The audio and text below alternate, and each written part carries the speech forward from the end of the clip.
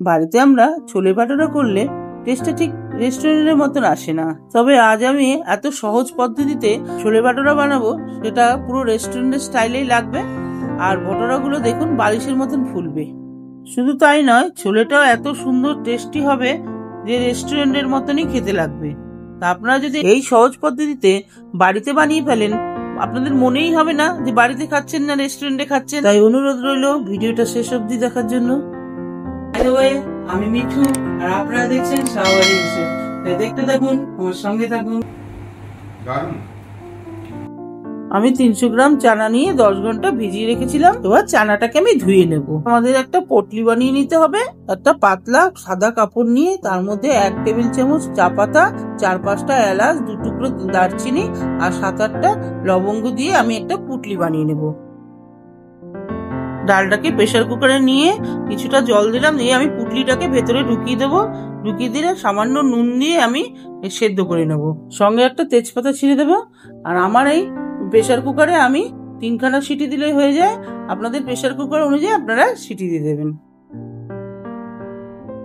ডালটাকে সেদ্ধ বসিয়ে আমি এখন পেঁয়াজ কুচিয়ে নেব। দেখুন এরকম ভাবে কুচি কুচি করে কাটবো, তার সাথে লঙ্কাও কুচিয়ে নেব। আপনারা এরকম যতটা ছোট সম্ভব কুচি কুচি করে কাটবেন। সবজিটাকে আমি কুচি কুচি করে কেটে নিয়েছি। আগের থেকে আমি পেঁয়াজ পাতা কুচিয়েছিলাম, সেটাও আমি দিয়ে দিয়েছি। আপনারা চাইলে এটাতে স্কিপ করতে পারেন। কড়াই গরম হয়ে গেছে, আমি খানিকটা সর্ষের তেল দিয়ে দেবো। আর একটা শুকনো লঙ্কা দিয়ে দিয়েছি, আর 2টো তেজপাতা আমি ফোড়ন দিয়েছি। লঙ্কাটা যতক্ষণ না কালো হবে আমি এইভাবে নাড়বো চাড়বো। তারপর আমি পেঁয়াজ লঙ্কাটাকে আমি তেলের মধ্যে দিয়ে দেব।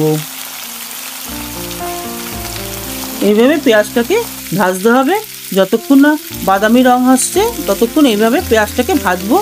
আপনারাও খেয়াল রাখবেন যাতে বেশি ভাজবেন না, আবার ব্রাউন ব্রাউন কালার আসবে। এই দেখুন পেঁয়াজটা বাদামি রং হয়ে গেছে।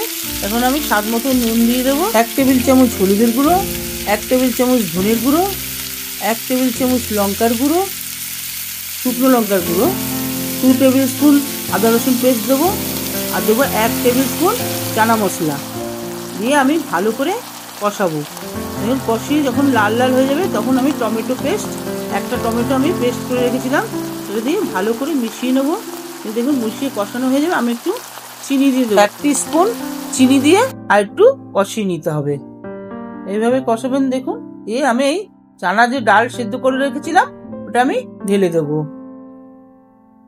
ডালটাকে আমি একটু একটু করে দিয়ে দেবো। ডালের ভেতরে যে জলটা, অল্প জলটা থাকে, যে জলটা ছেড়ে দেবে, এটা ভালো করে মিশিয়ে আর একটু কষিয়ে নেবো। ডালটা দিয়েও আমি মশলাটার সাথে কষাবো, তাতে টেস্টটা বাড়ে। কষিয়ে দিয়ে তারপর আমাকে জল দিতে হবে। এই 1 কাপের মতন জল দিয়ে দেবো। যেহেতু ডালটা আগের থেকে সেদ্ধ করা ছিল, ওই জন্য আমাকে আর ঢাকতে হচ্ছে না। আপনারাও এইভাবে করবেন, এরকম ঢাকতে হবে না। এটাকে ফুটতে দিন, ভালো করে ফুটুক, তা না হলে কিন্তু জলসা লাগবে। আমি একটু গরম মশলা দিয়ে দেবো। আর একটা সিক্রেট যেটা রেস্টুরেন্টে দেয়, সেটা হচ্ছে জোয়াইন। জোয়াইনটাকে ভালো করে টেলে তারপরে আমি গুঁড়ো করে নিয়েছি। 1 টিস্পুনের মতন আমি জোয়াইন দিয়ে দিয়েছি। এটা হচ্ছে রেস্টুরেন্টের সিক্রেট। এটা দিলে অসাধারণ টেস্ট হয়। এবার ভালো করে ঘেটে নেড়ে ছেড়ে আমি গ্যাসটাকে অফ করে দেবো। এবার পরিবেশন করব। দেখুন কি সুন্দর কালার এসছে। আরেক ধরনের হয় যেটা পাঞ্জাবিরা করে, একটু কালো কালো দেখতে হয়।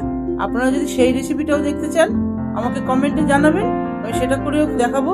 ও হ্যাঁ, ভটোরাটাও বাকি আছে, চলুন ভটোরা করে দেখাই। এখানে ভটোরা বানানোর জন্য আমি 300 গ্রাম ময়দা নিয়ে নিয়েছি।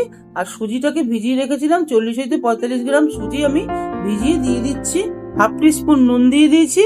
আর 2 টেবিল চামচ আমি দই আগের থেকে গুলে রেখেছিলাম, সেই দইটাও দিয়ে দেবো। আর দিয়ে দেবো 1 টেবিল স্পুন চিনি। চিনি দিয়ে আমি জল দিয়ে ভালো করে ডোটাকে তৈরি করে নেবো। দেখুন কিভাবে আমি ডোটাকে তৈরি করছি। এইভাবে আমি ডোটাকে তৈরি করে এবার 1 টেবিল চামচ তেল দিয়ে আমি তেলটাকে মাখিয়ে ঢেকে রেখে দেবো 15 মিনিট। 15 মিনিট পরে আমি লেচি কেটে রেখেছিলাম, লেচি কেটে আমি 10 মিনিট এটাকে রেখে দিয়েছিলাম। আপনারাও লেচি কেটে সঙ্গে সঙ্গে বেলবেন না, লেচি কেটে 10 মিনিট অন্তত ওয়েট করবেন।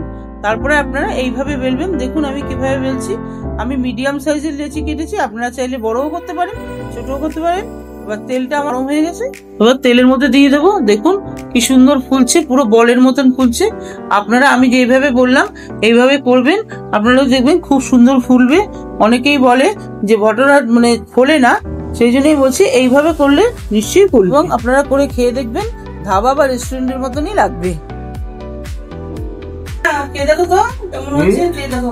ছোলে বাটারা, আরে দাওয়ায় গিয়ে কাজ নাই, ঘরে বসে ছোলে বাটারা খাই। খেয়ে দেখি তো।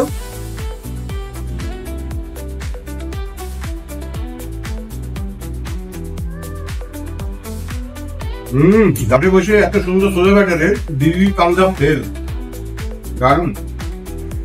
এখানেই শেষ করলাম ভিডিওটা। আপনাদের কেমন লাগলো রেসিপিটা, যেরকম ভাবে বললাম সেরকম করে খাবেন বাড়িতে। কেমন লাগলো কমেন্টে জানাবেন, আশা করি ভালোই লাগবে। আর ভিডিওটা যদি ভালো লাগে আমাকে একটা লাইক করবেন। আর আপনারা যারা নতুন তারা আমার চ্যানেলটিকে সাবস্ক্রাইব করুন।